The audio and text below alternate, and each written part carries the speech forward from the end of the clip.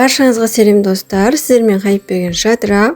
Бүгінгі видеода физика, математика және де химия, биология пән мұғалімдері үшін интерактивті симуляция жасауға арналған керемет платформамен таныстыратын боламын.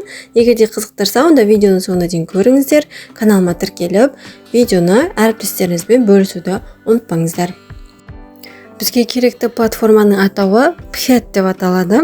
Бұл платформаның бір жақсы жері ешқандай да регистрация жасаудың қажеті жоқ. Неге сәл астына қарай түссеңіздер, пәндердің атаулары жазылып тұр.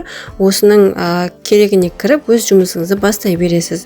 Мысалға, біз қазір физика пәнін таңдап, ішін ашып көрейік, қандай симуляция жасауға болады. Неге бізде 57 түрлі результат шықты. Мына жерде сол жақ шетте тақырыптардың барлығы жазылып тұр, және де жанында галочка тұр. Осы жерде қай тақырып керек, именно соған ғана галочка қойып, сол тақырыпқа сай симуляция жасайтын, неге осындай бір окошкалардың шығуын қаласаңыздар, солай жасауға болады. Қазір неге мен барлығын аштым.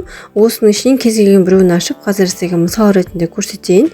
Негізі мен физика емеспін, ешқандай да просто сіздерге қалай жұмыс жасайтынын бір көрсетіп шыққым келіп тұр. Свойства газа дегенді таңдай салайын. Неге мына тұрған үш бұрыштыны басамыз. Идеал газ, энергетикалық газ, диффузия, тағы бір нәрсе. Мысалға енді идеал газды таңдайын. Мына жерде температураны көрсетеді, қысымды көрсетеді. Мына жерде газды жіберетін какты насосты айдаған сияқты, мышканы басып тұрып, насосты былай қозғайсыз. Көк түсті астындағы қызыл түстіні де белгілеп, сонда былай жіберуге болады. Ол нені білдіреді, мен онша түсінбедім.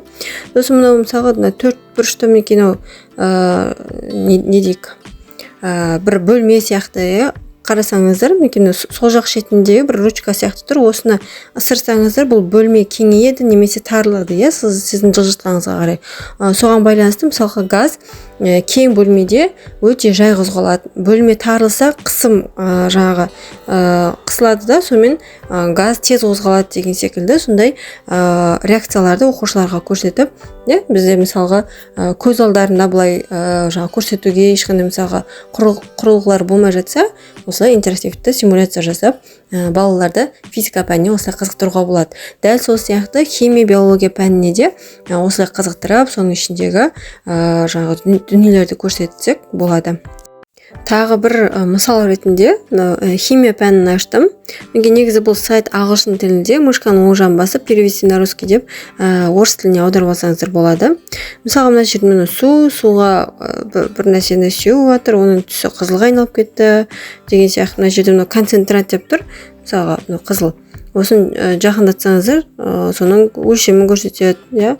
Мына жерде суды ағызып жібереді, төменгі жақтан жоғары жақта тағы да су құяды, енді өлшейді. Осылай көптеген реакцияларды осындай қызықты жұмыстарды оқушыларға интерактивті тақта арқылы көрсетуге болады. Өте қызықты.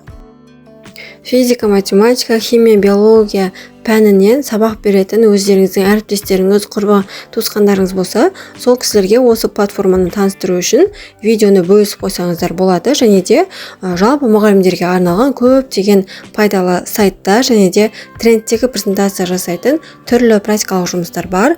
Барлығын көру үшін менің каналыма тіркеліп, және де достарыңызбен бөлісуді ұмытпаңыздар. Видеоны лайк басып, сұрақтарыңыз болса комментарий бөліміне жаза кетіңіздер.